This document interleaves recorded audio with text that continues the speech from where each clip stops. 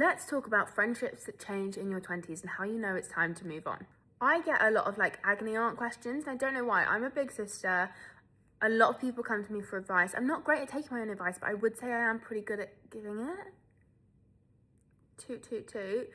But I really don't listen to myself, so like, let's not put myself on this high horse. But I do think that these sort of conversations aren't had enough, and I just thought that we could have like little chit chats.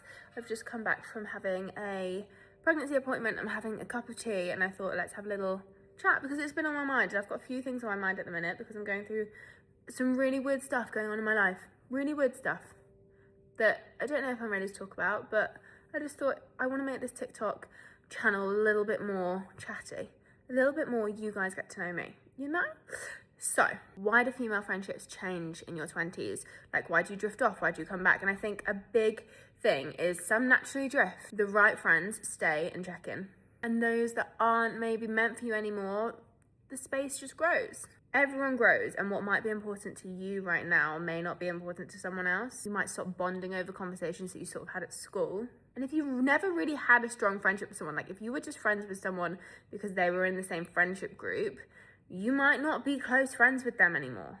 If you don't see that friendship group as much, you're going to just talk to the people that you talk to the most out of that group, and it's not convenient. You might see them once a year, and that's okay to just put that distance there if that friendship is having a door shut. When I was like 15 or 16, I had friendships changing because I really felt like my tolerance for drama was not there anymore. And when you're a teenager, it's like, oh, give me the goss. And I was working at 14, so I was surrounding myself with like 18, 19, 20-year-olds at like 14, 15. And while there was still like gossipiness, when you're working and your priority is making money and wanting a career and striving for stuff, your limit and mental capacity for drama, I do think, just diminishes. My parents also divorced when I was 12, so that threw me into like a whole different ball game of you've got to grow up now. My mum was like working so hard to be able to pay for the mortgage and keep us there. And some friends got that. Some friends were there. Some friends were supportive. Some friends weren't. And that's okay because not everyone has experiences with divorce. Not everyone has experiences with how hard that can be if it's not like a positive space to be in. The friends that are going to support you are going to support you, and the ones that aren't. And that's okay because my priorities aren't someone else's priorities. Do you know what I mean? A simple one as well is that people just understand who they are a bit more. Like, I figured out what I wanted in life very early. I wanted a quiet little life. I didn't want to move to London. I wanted to have chickens. I wanted to cook. I wanted to be small. I wanted to be married. I wanted to have kids. I knew what I wanted straight away. Whereas a lot of my friends wanted to move to London, and they didn't understand what they wanted, and they wanted to go out partying every weekend. And I'd done a ski season, I'd done uni. I didn't want to party anymore. I love a wine, I love going to a bar, but then I want to be in bed by 10 o'clock, okay? So what's important to people just changes. But I do think it's important to note when it's time to move on. And I think I have a few like tick boxes of when you go, it's time to move on from this friendship now. One is you feel drained or like your cup was not filled after seeing them. Like if you get back and go, that was a long evening. No, probably not the best friendship. My friends, like whenever I've seen my girlfriends, I'm like, that was such a nice evening. I feel fulfilled, I feel whole again. Like I feel like I've talked, they've talked. I now know what's going on in their life. I can check in on them. They know what's going on in my life. We had a lovely wine. We had a giggle. We had a reminisce. Like, I just think if you're leaving dinner or a drinks or seeing a friend and you feel like, bloody hell, that was heavy or that was long, it's probably not right. And that's not saying that if someone's going through shit and you leave going, oh, that was heavy, bless them, you should then like leave them. Absolutely not. That's when they're two different things. If you feel like you've been nagged at and your cup is not full after leaving a friendship, that's different to feeling like that was a lot, because those conversations happen. If you feel like you are trying to maybe be someone that you're not towards them, or you have to prove your worth to them, cut the cord. Cut the cord, because you are just smashing on your own. You don't need to prove who you are to anybody, definitely not your friends. Like, if you know that you're a lovely person and that you are worth everything, then just don't. You do not need to prove to anybody, let alone a friend, that it's worth having a friendship with you. I have friends that like jab or nitpick. I had a friend who would just make little remarks and it would just be like really annoying. And I'd be like, you're not doing that to anyone else, but you are purposefully not trying to exclude me, but trying to put me on the back foot. I'm telling you I'm uncomfortable with something. You keep going for it. It's not worth it. I don't have the energy to say I don't like that, stop. I don't like that, stop. I don't like that, stop. I don't have the energy to feel like, why am I feeling excluded in this group? Like, no, absolutely not. So just say, bye-bye, nice to meet you, move on. Nice to meet you, like I know you, but like, not, like I'm not entertaining it.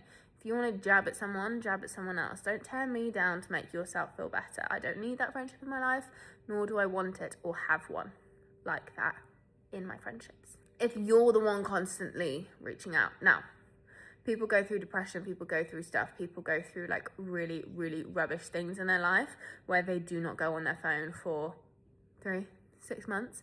And there's a difference between being a bad friend and being bad at texting.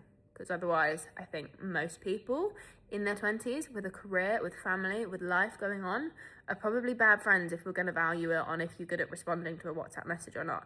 But if you're constantly going, how are you? Or shall we do something? Do you want to do this next week? Do you want to and they're sort of not excited, or they're not like, yes, oh, I need to see you, let's do it. Get rid, because they're not valuing your time with them. But also if someone's going through depression or someone's going through a really hard time, it's really important that you are the friend that does reach out a lot, because they will be in a hole and not wanting to talk to anybody. So again, it's like a read the room. If someone's going through something, don't give them a hard time for not responding. And I also don't think don't give anyone a hard time. Just let that go. Just let that friendship, if they're not reaching out, you can let that friendship ease off. You don't need to have a final word. You don't need to have an argument if you're not an argumentative person. Just, if you want to talk to me, you'll talk to me. If you don't, that's okay. I know where I stand. Friends that minimize your wins, friends that don't show up in hard moments. And I think finally, if you feel like you're clinging on to the history of a friendship than the current relationship of it, if you don't feel like you've got a good friendship with that person now as an adult, and you're clinging on to, I don't know, whether your parents are friends and your childhood friends, or clinging on to things that happened years ago and you can't make any new memories or any of this stuff, like, it's okay to just let that friendship just slowly drift off. You don't have to be friends with everybody, and I think that's a big thing that people think about. I would rather have 5 or 6 really good close friends than 20 friends that don't really know me or know when I'm feeling blue. I'd rather be able to support my best friends than feel mediumly supported by 20 friends, you know? That was just a bit of food for thought, really. How to know when a friendship's over. And it's okay, because relationships do change throughout your 20s and 30s, and life happens. I'm about to have a baby. I'm sure there's a few friends in my life, not my close friends, but a few friends who are going to be like, I don't want to be around that because you just care about a baby. It's my daughter. I'm going to care about my baby. I'm still going to care about my friends and my family, but your friends will understand that your life is changing and their life might be changing. They might be getting a promotion where they can't go out on a Saturday night anymore because they've got to work.